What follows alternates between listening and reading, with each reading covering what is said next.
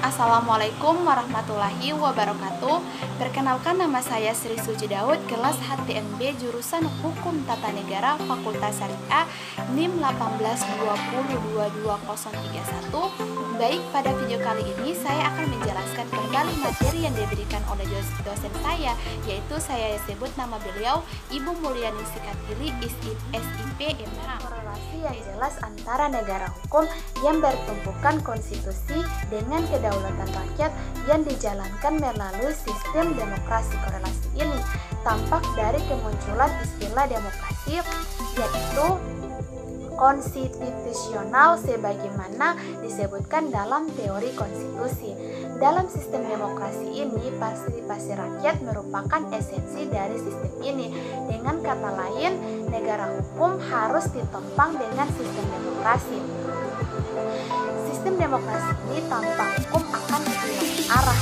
Menurut Franz Maffei Suseno, yaitu demokrasi yang bukan negara hukum bukanlah negara demokrasi sesungguhnya. Demokrasi merupakan cara yang paling aman untuk mempertahankan kontrol atas negara hukum dimanapun di belahan dunia ini. Tak satupun negara sudah mengklaim sebagai negara modern.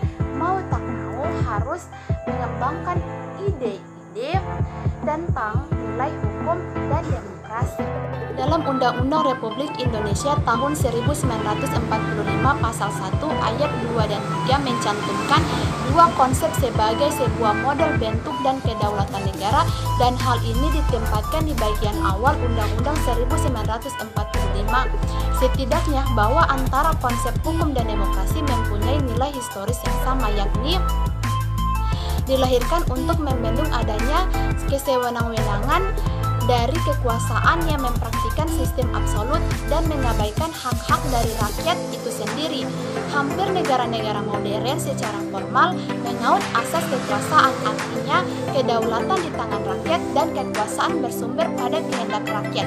Prinsip dasar tersebut kemudian dikenal sebagai konsep demokrasi, dan secara formal demokrasi merupakan sesuatu yang diidealkan oleh setiap negara.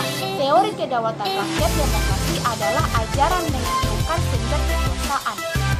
Kekuasaan tertinggi atau kedaulatan suatu negara ada di tangan rakyat. Dengan demikian, aturan dan kekuasaan yang dijalankan oleh negara tidak boleh bertentangan dengan kehendak rakyat. Atau paham demokrasi mengandung dua arti. Yang pertama, rakyat demokrasi berkaitan dengan sistem pemerintahan atau bagaimana caranya rakyat diikutsertakan dalam penyelenggaraan pemerintahan. Kedua, demokrasi yang mempengaruhi oleh keadaan kultural historis suatu bangsa, sehingga muncul istilah memunculkan demokrasi konstitusional, demokrasi rakyat, demokrasi Pancasila. Yang jelas bahwa setiap negara dan setiap pemerintah modern pada akhirnya berbicara tentang rakyatnya. Rakyat menjadi titik sentral karena rakyat suatu negara yang pemegang kedaulatan, dan negara kedaulatan tersebut bersumber kekuasaan. Pengertian lain dari negara hukum secara umum ialah kekuasaan negara dibatasi. Dari saya, billahi taufik wal hidayah. Wassalamualaikum warahmatullahi wabarakatuh.